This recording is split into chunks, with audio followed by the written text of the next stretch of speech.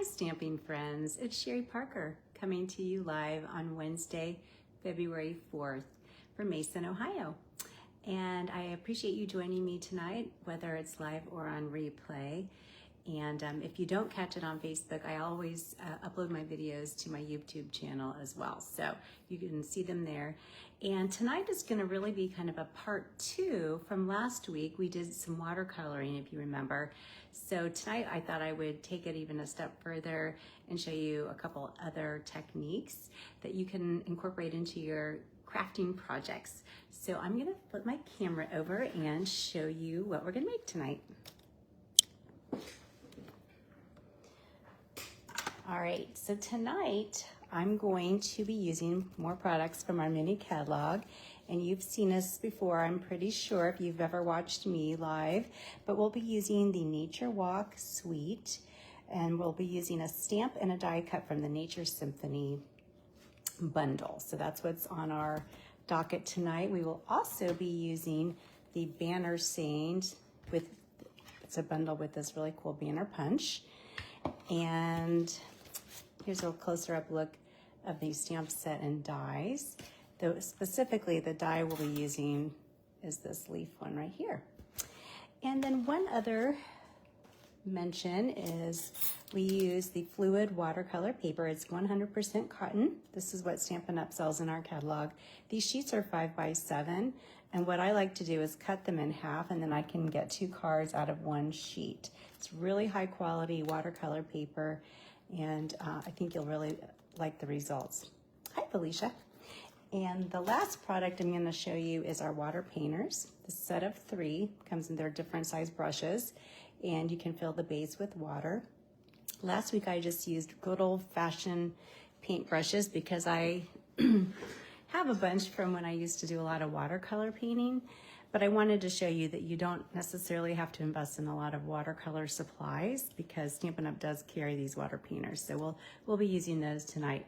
So last week we made this card here, and one thing that we did differently is that we stamped first, and then we went back in and watercolored. So we had to use our StazOn waterproof ink.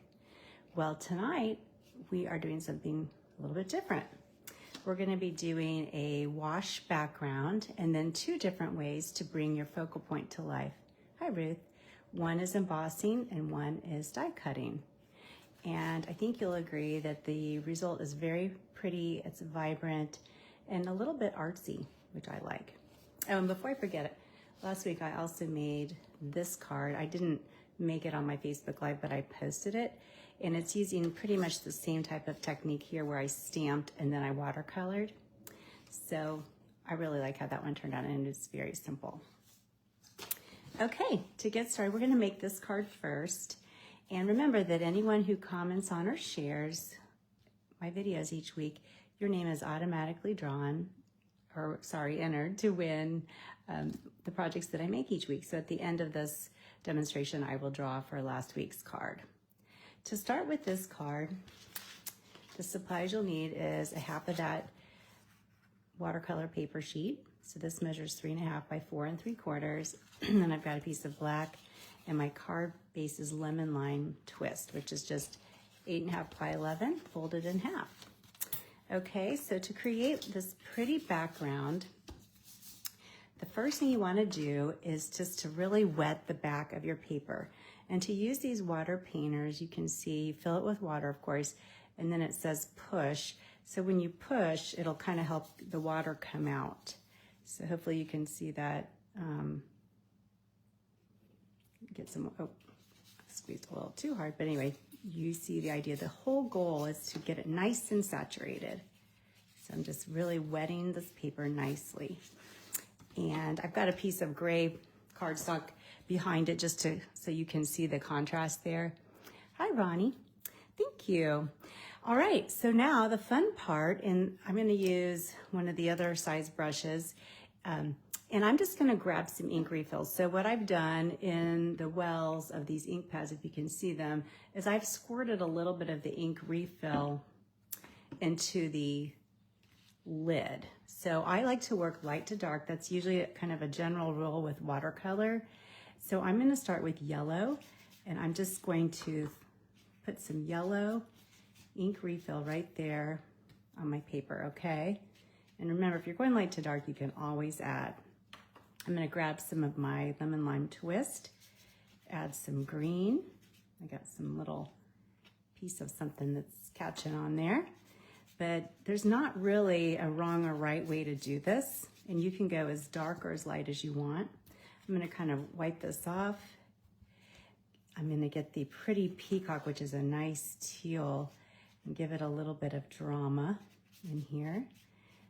You know, you want the colors to spread. You want it to be real pretty and watercolory looking. And then last, we'll take some of the Azure Afternoon, and I'm gonna add some blue on here. And I think these colors are so pretty, all blended together like that. So that's really all there is to that. So you just go side to side, let it dry, because through the magic of TV, I've got one that's ready to go. And I did want to show you what, you know, different variations. So you could go really dramatic and dark if you like that. I like a little bit more subtle, but you know, really, I think possibilities are endless. And I use the same exact colors here, but you can see just by applying more or less ink, you can get a different effect. So to put this card together, it's really pretty simple. I ran this through my die cut machine, and thanks, Felicia. And now I'm going to adhere my leaf to the card front here, and I'm going to use my green glue for that. These leaves are pretty big. It's not like a real teeny thin die cut, so this is easy enough to adhere down. And then I'll just place it right there on my card front. Press it down for a second there. And then you can, I'm gonna let that dry real quick, and we'll go ahead and stamp the greetings. So from that banner sayings, I love, there's a few script sayings as well as some block word sayings. So just using my Memento black ink pad, I'm going to stamp "I'm here for you," and then I'm going to punch it out with this banner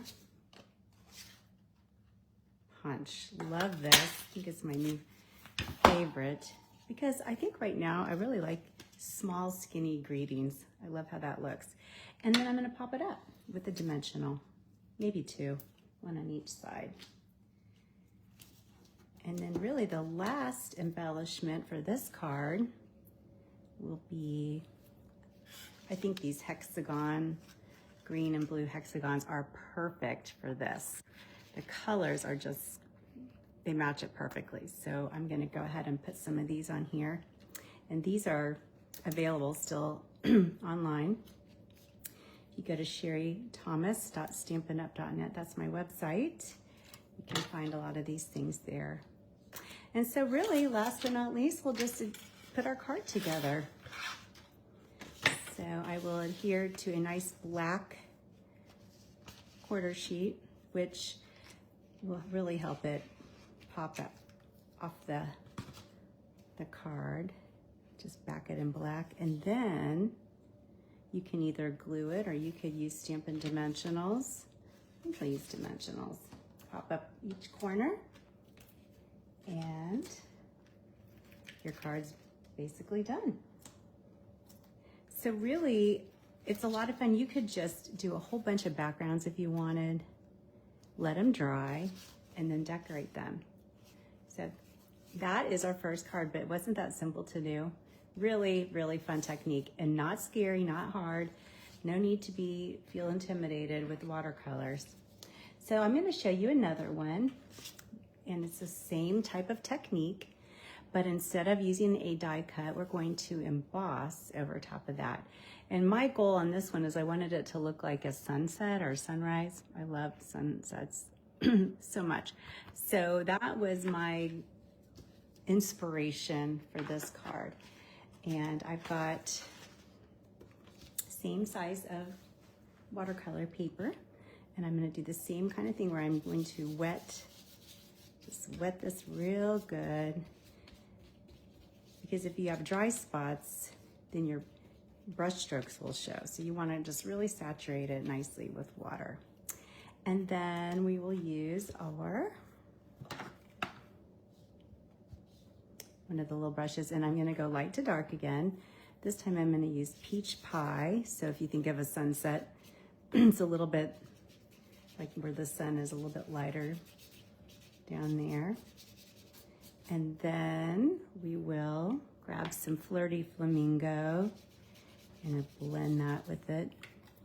I love these colors together. It looks like I didn't really saturate that very well. That's what happens. You see the brush strokes. So we're going to just wet that a little bit better. There we go. Add some more Flirty Flamingo. Doesn't this look like a sunset? And then a little berry burst. So sometimes you get those tinges of pink. If it's a really cloudy night, like on the beach, those clouds make the sunsets so, so pretty. Thanks, Ruth. Got some little piece of dust or something, probably dust from my house. And then last we'll do the azure, like it's the sun going down. Get a little hints of blue in there, and it all kind of blends together. I think that looks like a sunset. I love it. So again, I have one that's already dry just because I don't think we all want to sit here and watch it dry. So you've painted your backdrop, and now you are going to emboss on top of it. So I'm going to leave this wet piece here. So if you've embossed before, then you know you want to rub the surface with the embossing buddy. Okay, that helps take some of the static out. And I'm going to be using the kind of leaf set stamp here from that same bundle. I'll take my Versamark and ink it up real good. And don't panic. You know, one thing with Versamark is it will actually pull ink off of stamps. So like if your stamps are stained and then you stamp it into a Versamark, sometimes that color will pull into your Versamark pen. So, all right, I'm gonna stamp this right here. And you can see it a little bit actually from that because my stamp is stained black. And I'm gonna pour, I have some black embossing powder. I have it in a bigger container just because I feel like it's easier to grab, and then you can just kind of tap it off. So you wanna get it nice, powdered up, tap off your extra, and then you're gonna heat it with your heat tool, and voila. It takes a few minutes for the heat tool to warm up, so I just went ahead and did it for you. And we're ready to put our card together. So this one, same kind of look as this, but this is flat, whereas this has more dimension with it being a die cut. So for this card, we're gonna use black, just like we did last time, and Flirty Flamingo will be our card base. And I will just glue this to my black piece. And then I guess I'll use Stampin' Dimensionals again. Love how that gives so much dimension to your cards. And it's funny because I think these cards are so pretty with the watercolor wash that you don't really need a lot of embellishment. You know, on the first card, I did put some gems, but on this one, I'm not going to. I'm just gonna actually put a ribbon. So let's see here. I already stamped happy birthday, so I'll just pop that one out. We'll make this one a birthday card. And I like how this punch has, like, some of the arrows are on the left. This one has it on both sides, and then the other one, the arrow is pointing the other way. So I do like that because it gives you, in one punch, multiple options. I like to have options. Thanks, Cheryl. All right, so we'll pop that one down like so, and then I've got a ribbon here. This is retired ribbon.